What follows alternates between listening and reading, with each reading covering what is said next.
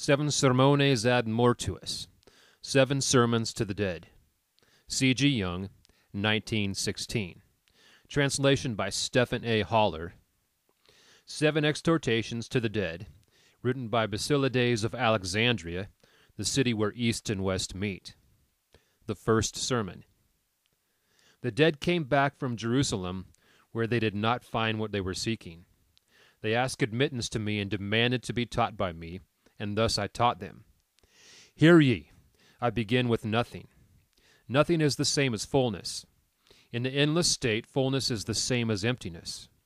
The nothing is both empty and full. One may just as well state some other thing about the nothing, namely that it is white, or that it is black, or that it exists, or that it exists not.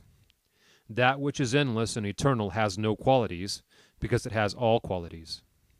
The nothing, or fullness, is called by us the pleroma.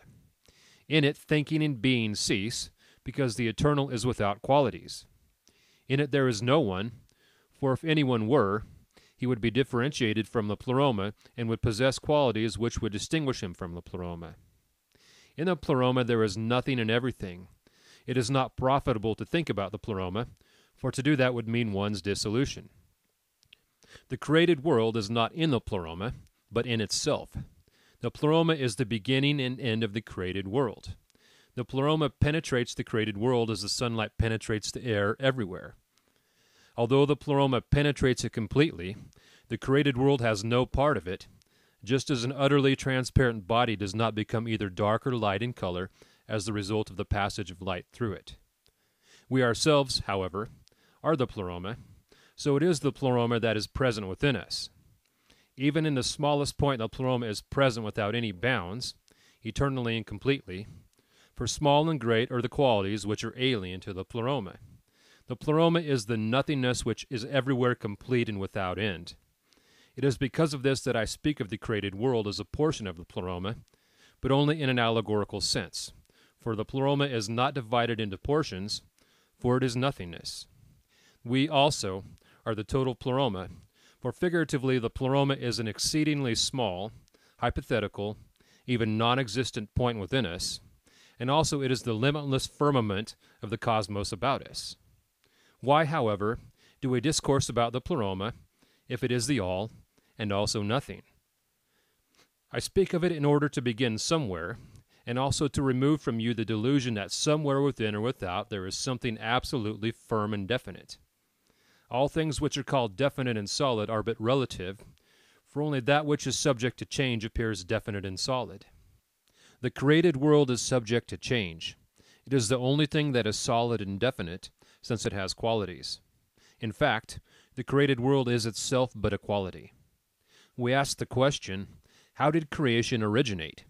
Creatures indeed originated, but not the created world itself, for the created world is a quality of the pleroma, and in the same way as the uncreated, eternal death is also a quality of the pleroma. Creation is always and everywhere, and death is always and everywhere. The pleroma possesses all, differentiation and non-differentiation. Differentiation is creation. The created world is indeed differentiated. Differentiation is the essence of the created world, and for this reason the created also causes further differentiation. That is why man himself is a divider, inasmuch as his essence is also differentiation. That is why he distinguishes the qualities of the pleroma, yea, those qualities which do not exist. You say to me, what good is it then to talk about this, since it has been said that it is useless to think about the pleroma? I say these things to you in order to free you from the illusion that it is possible to think about the pleroma. When you speak about the divisions of the pleroma, we are speaking from the position of our own divisions, and we speak about our own differentiated state. But while we do this, we have in reality said nothing about the pleroma. However, it is necessary to talk about our own differentiation, for this enables us to discriminate sufficiently. Our essence is differentiation. For this reason, we must distinguish individual qualities. You say, what harm does it do not to discriminate? Then we reach beyond the limits of our own being. We extend ourselves beyond the created world, and we fall into the undifferentiated state which is another quality of the pleroma. We submerge into the pleroma itself, and we cease to be created beings. This we become subject to dissolution and nothingness. Such is the very death of the created being. We die to the extent that we fail to discriminate. For this reason, the natural impulse of the created being is directed toward differentiation and toward the struggle against the ancient, pernicious state of sameness. The natural tendency is called principium individuationis, principle of individuation. This principle is indeed the essence of every created being. From these things you may readily recognize why the undifferentiated principle and lack of discrimination are all the great danger to created beings. For this reason we must be able to distinguish the qualities of the pleroma. Its qualities are the pairs of opposites, such as the effective and the ineffective, fullness and emptiness, the living and the dead, light and dark, hot and cold, energy and matter, time and space, good and evil, the beautiful and the ugly, the one and the many, and so forth. The pairs of opposites are the qualities of the pleroma. They are also in reality non-existent because they cancel each other out. Since we ourselves are the pleroma, we also have these qualities present within us. Inasmuch as the foundation of our being is differentiation, we possess these qualities in the name and under the sign of differentiation. Which means, first, that the qualities are in us differentiated from each other, and they are separated from each other, and thus they do not cancel each other out, rather they are in action. It is thus that we are the victims of the pairs of opposites. For in us the pleroma is rent in two. Second, the qualities belong to the pleroma, and we can and should partake of them only in the name and under the sign of differentiation. We must separate ourselves from these qualities. In the pleroma they cancel each other out. In us they do not. But if we know how to know ourselves as being apart from the pairs of opposites, then we have attained to salvation. When we strive for the good and the beautiful, we thereby forget about our essential being, which is differentiation, and we are victimized by the qualities of the pleroma, which are the pairs of opposites. We strive to attain to the good and beautiful, but at the same time we also to the evil and the ugly, because in the pleroma these are identical with the good and the beautiful. However, if we remain faithful to our nature, which is differentiation, we then differentiate ourselves from the good and the beautiful, and thus we have immediately differentiated ourselves from the evil and the ugly. It is only thus that we do not merge into the pleroma, that is, into nothingness and dissolution. You will object and say to me, "Thou hast said that differentiation and sameness are also qualities of the pleroma. How is it then that we strive for differentiation?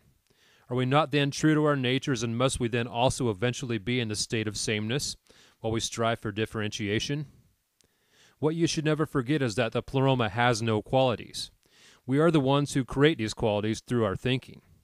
When you strive after differentiation or sameness, or after other qualities, you strive after thoughts which flow to you from the pleroma, namely thoughts about the non-existent qualities of the pleroma. While you run after these thoughts, you fall again into the pleroma and arrive at differentiation and sameness at the same time. Not your thinking, but your being is differentiation. That is why you should not strive after differentiation and discrimination as you know these, but strive after your true nature. If you would thus truly strive, you would not need to know anything about the pleroma and its qualities, and still you would arrive at the true goal because of your nature. However, because thinking alienates us from our true nature, therefore I must teach knowledge to you, with which you can keep your thinking under control. The second sermon. During the night the dead stood along the walls and shouted, "We want to know about God. Where is God? Is God dead?" God is not dead. He is as much alive as ever. God is the created world, inasmuch as he is something definite and therefore he is differentiated from the pleroma. God is a quality of the pleroma, and everything that I have stated in reference to the created world is equally true of him. God is distinguished from the created world, however, inasmuch as he is less definite and less definable than the created world in general. He is less differentiated than the created world, because the ground of his being is effective fullness, and only to the extent that he is definite and differentiated is he identical with the created world, and thus he is the manifestation of the effective fullness of the pleroma. Everything we do not differentiate falls into the pleroma and is cancelled out along with its opposite.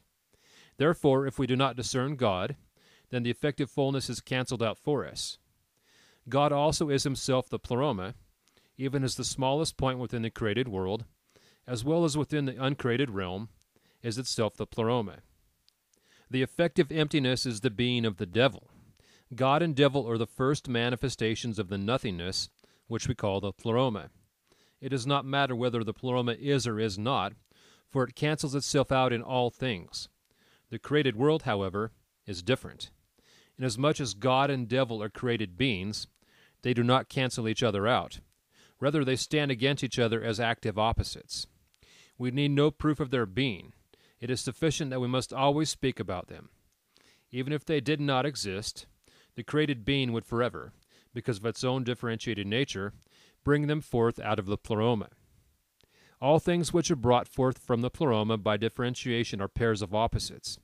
Therefore God always has with him the devil. This interrelationship is so close, as you have learned, it is so indissoluble in your own lives, that it is even as the pleroma itself. The reason for this is that these two stand very close to the pleroma, in which all opposites are cancelled out and unified. God and devil are distinguished by fullness and emptiness, generation and destruction. Activity is common to both. Activity unites them. It is for this reason that activity stands above both, being God above God, for it unites fullness and emptiness in its working.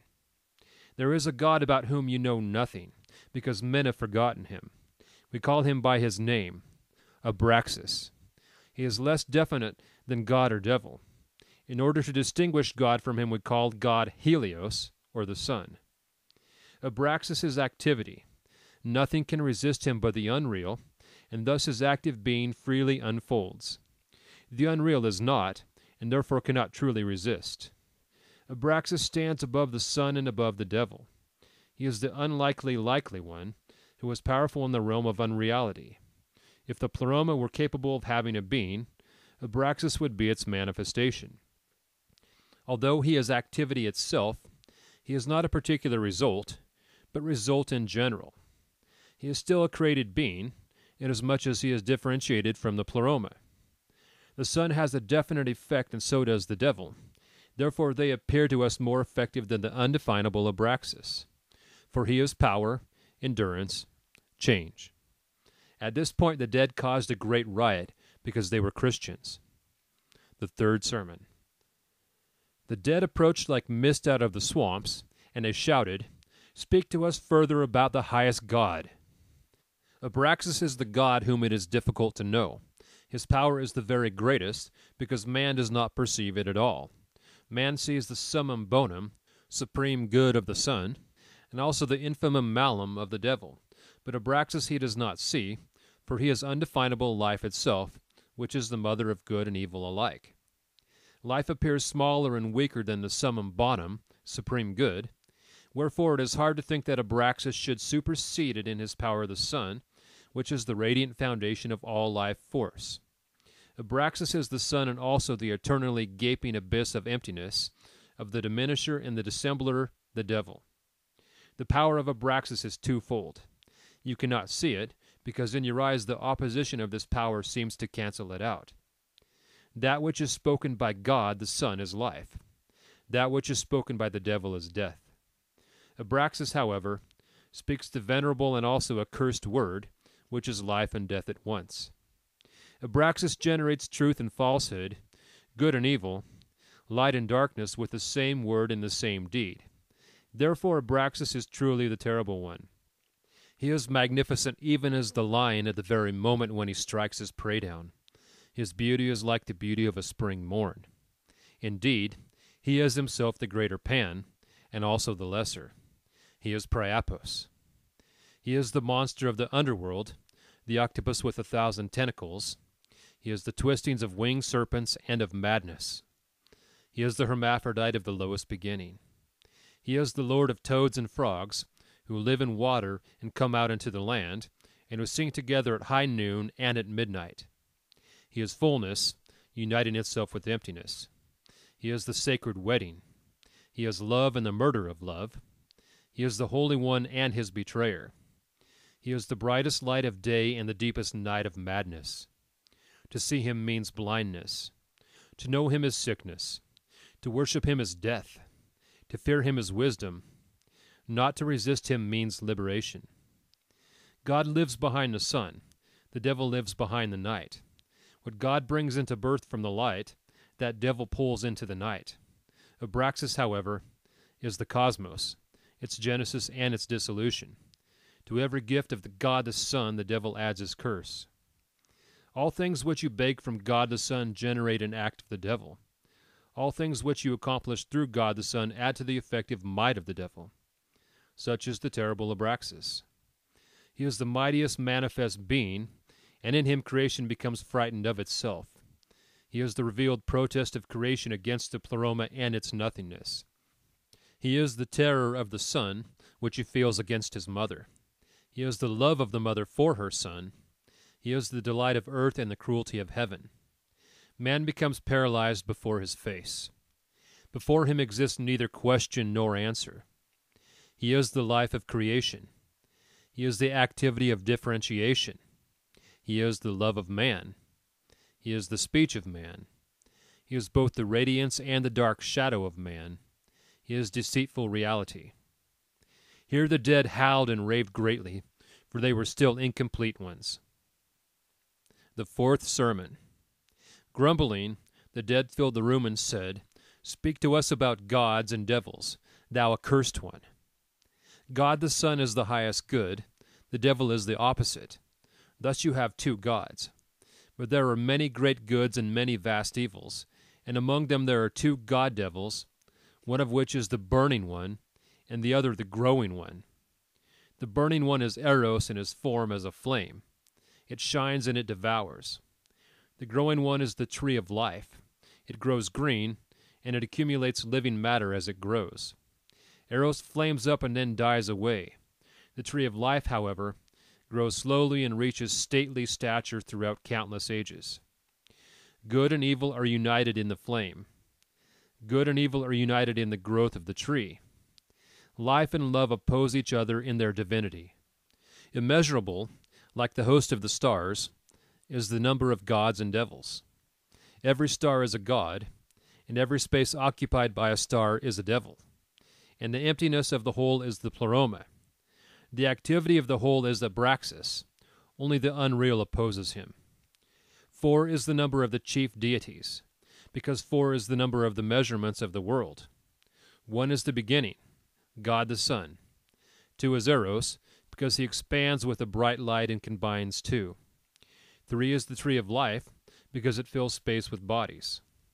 4 is the devil, because he opens everything which is closed. He dissolves everything that is formed and embodied. He is the destroyer, in whom all things come to nothing. Blessed am I, for it is granted to me to know the multiplicity and diversity of the gods. Woe unto you, for you have substituted the oneness of God for the diversity which cannot be resolved into the one.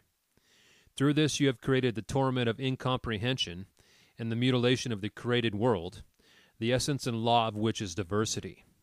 How can you be true to your nature when you attempt to make one out of the many? What you do to the gods, that also befalls you. All of you are made thus the same, and in this way your nature also becomes mutilated. For the sake of man there may reign unity, but never for the sake of God, because there are many gods but only few men.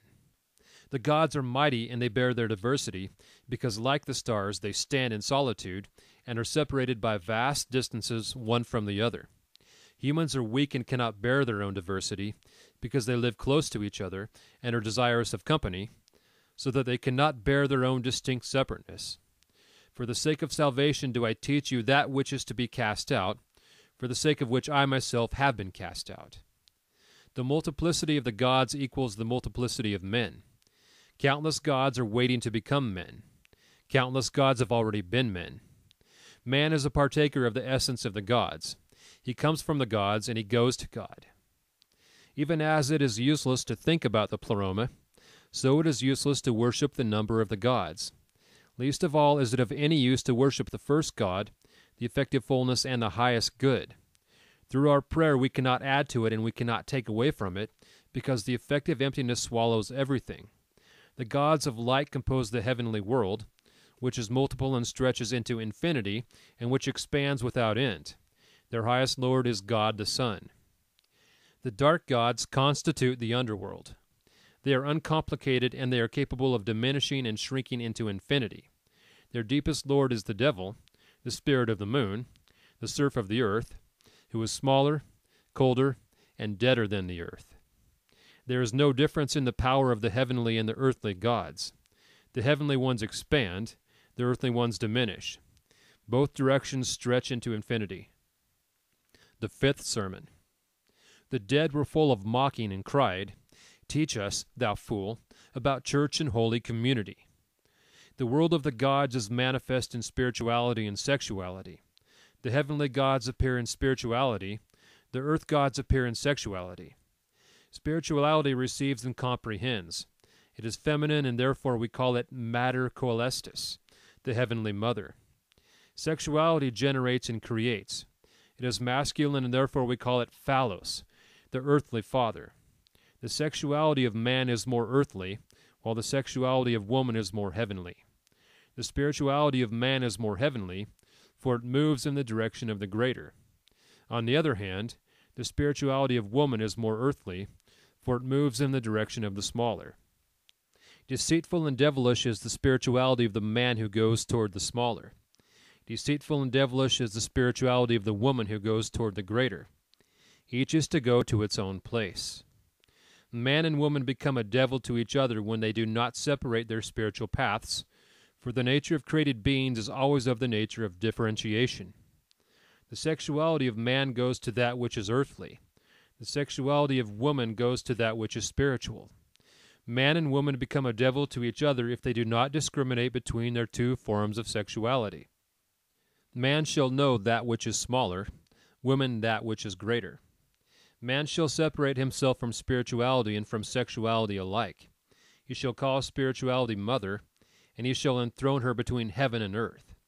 He shall name sexuality phallos, and shall place it between himself and the earth, for the mother and the phallos are superhuman demons and manifestations of the world of the gods. They are more effective for us than the gods, because they are nearer to our own being. When you cannot distinguish between yourselves on the one hand, and sexuality and spirituality on the other, and when you cannot regard these two as being above and beside yourself, then you become victimized by them, i.e., by the qualities of the pleroma. Spirituality and sexuality are not your qualities. They are not things which you can possess and comprehend. On the contrary, they are mighty demons, manifestations of the gods, and therefore they tower above you, and they exist in themselves. One does not possess spirituality for oneself or sexuality for oneself. Rather is one subject to the laws of spirituality and sexuality. Therefore no one escapes these two demons. You shall regard them as demons, as common causes and grave dangers, quite like the gods, and above all, like the terrible Abraxas. Man is weak, therefore community is indispensable. If it is not the community in the sign of the mother, then it is in the sign of the phallus. Not to have community consists of suffering and sickness. Community brings with itself fragmentation and dissolution. Differentiation leads to solitude. Solitude is contrary to community. Because of the weakness of man's will, as opposed to the gods and demons and their inescapable law, there is need for community. For this reason, there shall be as much community as necessary, not for the sake of men, but for the sake of the gods. The gods force you into a community. As much community as they force upon you is necessary, but more than that is evil. In the community each shall be subject to another, so that the community will be maintained, inasmuch as you have need of it. In the solitary state each one shall be placed above all others, so that he may know himself and avoid servitude. In community there shall be abstinence. In solitude let there be squandering of abundance. For community is the depth, while solitude is the height. The true order in community purifies and preserves. The true order in solitude purifies and increases. Community gives us warmth, while solitude gives us the light. The sixth sermon. The demon of sexuality comes to our soul like a serpent. It is half a human soul and is called thought desire. The demon of spirituality descends into our soul like a white bird. It is half a human soul and is called desire thought. The serpent is an earthly soul, half demonic, a spirit, and related to the spirits of the dead. Like the spirits of the dead, the serpent also enters various terrestrial objects. The serpent also induces fear of itself in the hearts of men, and enkindles desire in the same. The serpent is of a generally feminine character and seeks forever the company of the dead. It is associated with the dead who are earthbound, who have not found the way by which to cross over to the state of solitude. The serpent is a whore, and she consorts with the devil and with evil spirits. She is a tyrant and a tormenting spirit, always tempting people to keep the worst kind of company. The white bird is a semi-heavenly soul of man. It lives with the mother and occasionally descends from the mother's abode. The bird is masculine and is called effective thought. The bird is chaste and solitary, a messenger of the mother. It flies high above the earth. It commands solitude. It brings messages from the distance, from those who have gone before, those who are perfected. It carries our words up to the mother. The mother intercedes and warns, but she has no power against the gods. She is a vehicle of the sun. The serpent descends into the deep, and with her cunning she either paralyzes or stimulates the phallic demon. The serpent brings up from the deep the very cunning thoughts of the earthly one, thoughts that crawl through all openings and become saturated with desire. Although the serpent does not want to be, she is nevertheless useful to us. The serpent eludes our grasp. We pursue her, and she shows us the way, which, with our limited human wit, we could not find. The dead looked up with contempt and said, "Cease to speak to us about gods, demons, and souls. We have known all of this in essence for a long time." The seventh sermon. At night the dead came back again, and amidst complaining said, "One more thing we must know, because we had forgotten to discuss it. Teach us concerning man." Man is a portal through which one enters from the outer world of the gods, demons, and souls, into the inner world, from the greater world into the smaller world. Small and insignificant is man. One leaves him soon behind, and thus one enters once more into infinite space, into the microcosm, into the inner eternity. In immeasurable distance there glimmers a solitary star on the highest point of heaven. This is the only God of this lonely one. This is his world, his pleroma, his divinity. In this world, man is Abraxas, who gives birth to and devours his own world. The star is man's God and goal. It is his guiding divinity. In it man finds repose. To it goes the long journey of the soul after death.